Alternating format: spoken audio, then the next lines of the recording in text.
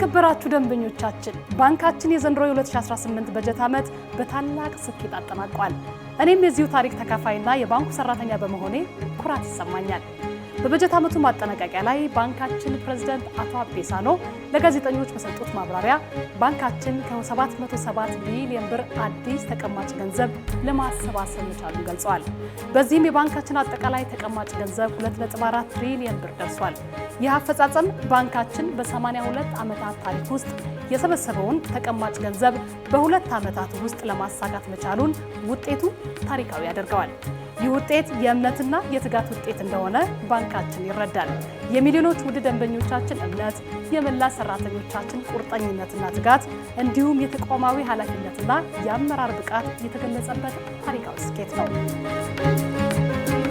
የሀገራችን ኢኮኖሚ የጀርባ አጥንት የሆነው ባንካችን የኢትዮጵያ ንግድ ባንክ አሁንም የተጣለበትን ሀገራዊ ኃላፊነት ለመወጣት በተመዘገበው ስኬት ሳይዘናጋ ክቡራን ደንበኞቻችን ይዞ ወደፊት ይቀጥላል። ባንካችን አሁን በያዘው በጀት ዓመት ከ832 ቢሊዮን ብር በላይ አዲስ ተቀማጭ ገንዘብ ለማሰባሰብ ያቀደ ሲሆን ይህም አጠቃላይ የባንካችን ተቀማጭ ገንዘብ ከ3.2 ትሪሊዮን ብር በላይ ለማድረስ ያስችለዋል።